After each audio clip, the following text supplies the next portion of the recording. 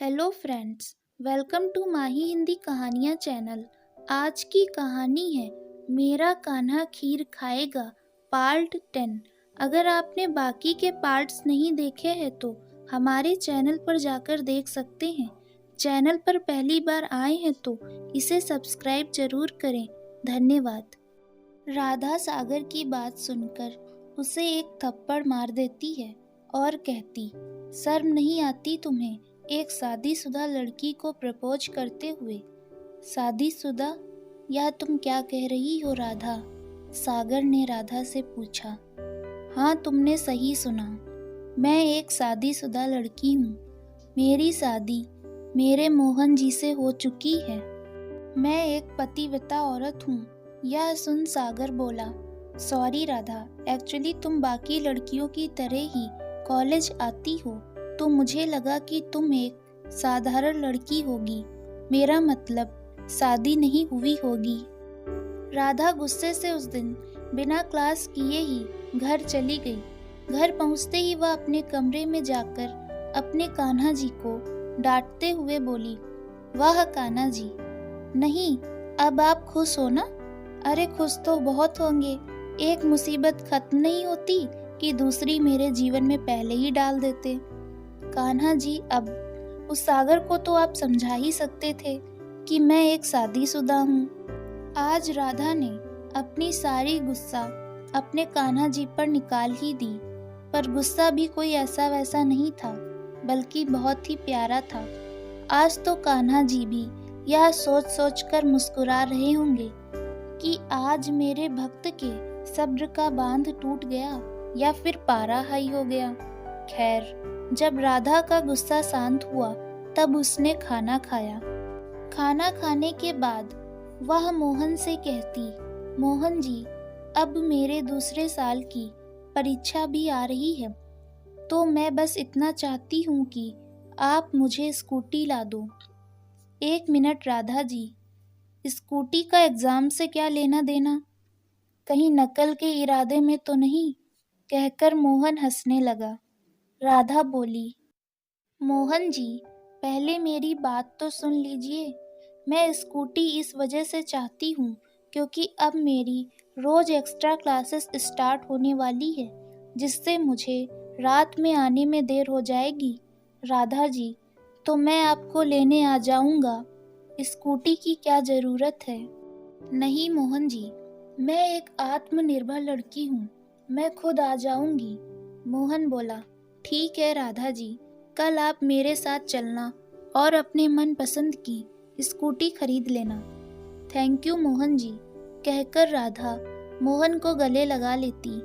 मोहन भी राधा के सिर को अपने हाथों से प्यार से सहलाता।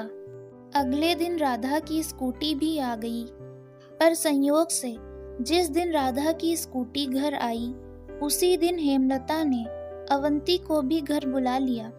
अवंती स्कूटी देखकर हेमलता से कहती, थैंक यू माँ जी, आप मेरा कितना ख्याल रखती हैं। आप बहुत प्यारी हैं। आज जब मैं घर आई तो आपने मेरे लिए स्कूटी मंगा ली।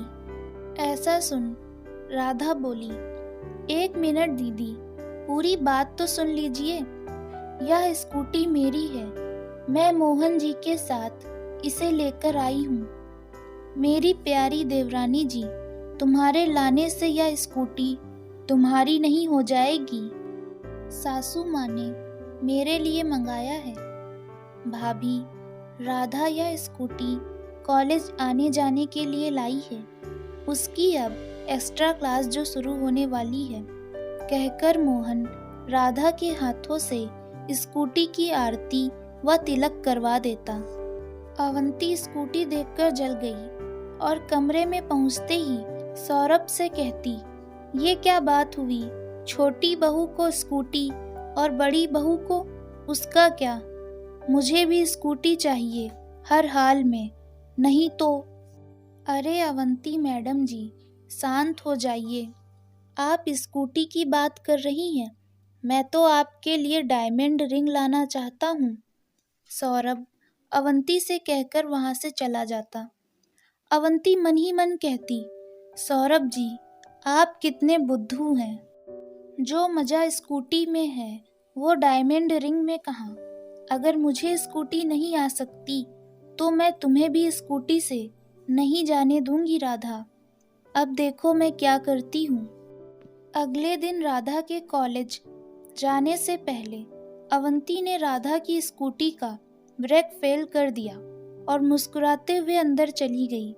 जब राधा कॉलेज जाने के लिए स्कूटी निकालती तभी उसकी सहेली कविता, जो उसको कॉलेज में मिली थी, उसके घर आई और राधा से कहने लगी, राधा आज मेरे साथ कॉलेज चलो, देखो मैं तुम्हें लेने आई हूँ, प्लीज मना मत करना।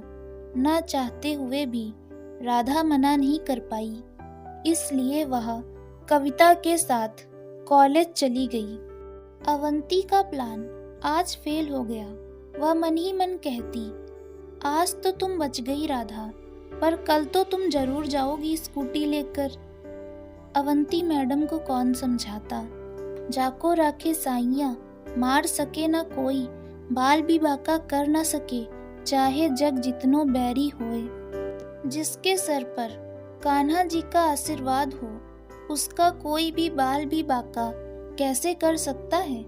और राधा तो साक्षात कान्हा जी की बहुत बड़ी भक्त है। शाम को हेमलता अवंती से कहती, बहू देखो तुम्हारी किस्मत कितनी अच्छी है, आज राधा बहू स्कूटी लेकर गई ही नहीं, तो नई स्कूटी पहले तुम ही चला लो, जाओ जाकर बाजार से सब्जी ले आओ, और हाँ स्कूटी से चली जाओ। वो कहते हैं ना, जो दूसरों के लिए गड्ढा खोदता है पहले स्वयं उसी में गिरता है। यही हाल कुछ अवंती का भी हुआ, पर बात को टालते हुए अवंती हेमलता से कहती, माँ जी मैं रिक्शा कर लूँगी, और वैसे भी स्कूटी देवरानी जी की है, अगर मैं स्कूटी से जाऊँगी तो उन्हें बुरा लगेगा, इसलिए मैं रिक्शे से चली जाऊँगी। जितना कहा है उतना करो बहू, जब घर में खाली गाड़ी खड़ी है तो उसी से जाओ, रिक्शे में फालतू में पैसे देने की ज़रूरत नहीं है। माँ जी मैं कार से चली जाऊंगी, मैं जाऊं माँ जी। वैसे तो मैं किसी चीज़ के लिए नहीं रोकती बहू, लेकिन किसी शोरूम में नहीं जा रही हो, सब्जी लेने जा रही हो तो कार से नहीं स्कूटी से ही जाओगी। फंस गई चिड़िया पिंजरे में, ऐसा तो आप रोज सुनते होंगे, पर आज अवंती पर भी लागू हो गया। अब मन ही मन दुविधा में पड़ गई थी अवंती, क्या करूं मैं तो खुद ही फंस गई। कहाँ मैं राधा को स्कूटी से गिराने वाली थी, कहीं मैं खुद ही ना गिर जाऊं। हे भगवान रक्षा करना। जो अवंती भगवान को कभी याद तक नहीं करती थी, आज अचानक से भगवान को भी हंसी आ रही होगी। अब किया खुद है तो भुगतो भी। हेमलता ने अवंती को स्कूटी से ही सब्जी लाने को भेजा। अवंती घबराई हुई स्कूटी के पास जाने लगी। दोस्तों क्या अवंती सब्जी लेने जाएगी या नहीं, यह हम आपको पार्ट 11 में दिखाएंगे। दोस्तों क्या आप इस कहानी का पार्ट 11 चाहते हैं? अगर हाँ तो हमें कमेंट में बताएं, और आपको यह कहानी कैसी लगी हमें यह भी बताएं। चैनल पर पहली बार आए हैं तो इसे सब्सक्राइब जरूर करें। धन्यवाद।